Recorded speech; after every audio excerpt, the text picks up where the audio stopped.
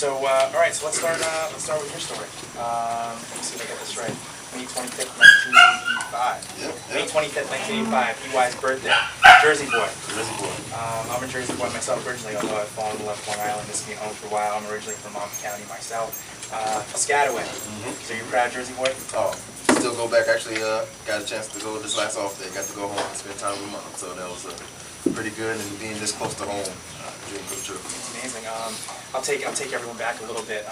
EY's been supporting us now for a few years, and he's been kind enough in off season. We actually met up for coffee and lunch a couple of times, and this was back when he was with Colorado. And I remember one time we were at lunch, and a buddy of mine who came with me. We were talking about, you never know how pro baseball career journey is going to be, and how cool would it be if you played for the Mets. And I remember you saying, "Hey, don't hold your breath too long. You never know. That could very well happen," and that happened last summer. Yep.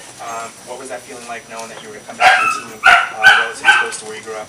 No, I thought they was planning on me at first when they first told me where I was traded to, and I knew my family wasn't gonna believe me at first because that's what they're doing for theirs, since I got into professional baseball, and just to hear the name the Mets, and I'm coming back home. One, I know everybody's gonna get a chance to see me play now.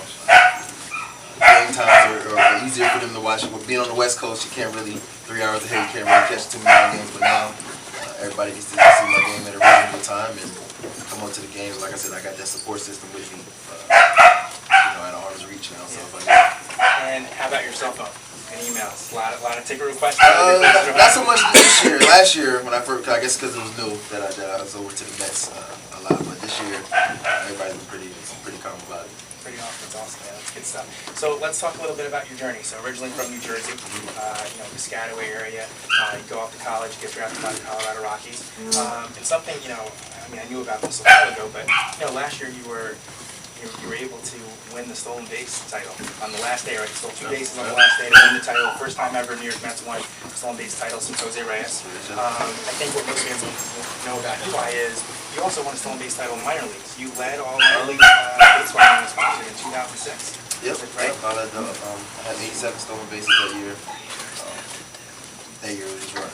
Right. You really didn't have a signal for it. Just the coach would look at me and point towards second base. I was the signal to go ahead and run. So I guess I kind of still have that to this day. Coach just kind of looks at me whenever I feel like I'm going to go. We have a lot of young players here. We got a lot of coaches here from town. That's true about the old cliche, right? Speed never slumps. No. That's for sure. So for you young kids, it's not all about hitting home runs and swinging as hard as you can, right? You got to get on base and make things happen. Sometimes I was a little guy when I played, so I didn't still a little guy. I don't hit too many home runs, so you got to kind of use every advantage that you have.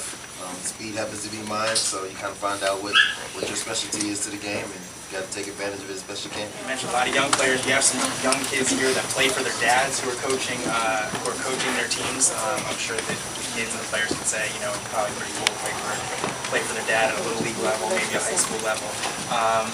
Let's talk about you and your dad and that story, that bond. For young guys, I'm sure a lot of the dads here know, EY's dad was a major league veteran of many, many years. I remember myself being in middle school, high school, college, and watching him play. And now he's coaching in the big leagues, and you're in the major leagues. So talk about that. What was it like being a little kid, being a son of a major leaguer, and getting the opportunity to learn pretty much from the best of the best?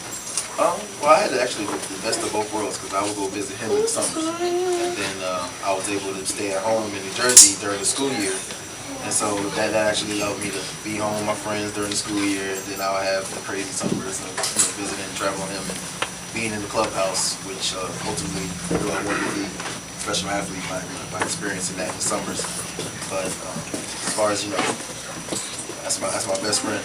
My dad and I, we talk about everything on and off the field. It makes it real easy for me to go through this journey that I'm going through right now because he lived through it. He knows pretty much what I'm feeling when I'm going well, and he knows what I'm feeling when things aren't going so well. So, like I said, to have somebody that close to me and live through the same lifestyle makes it real easy for me to go through this journey. It's got to be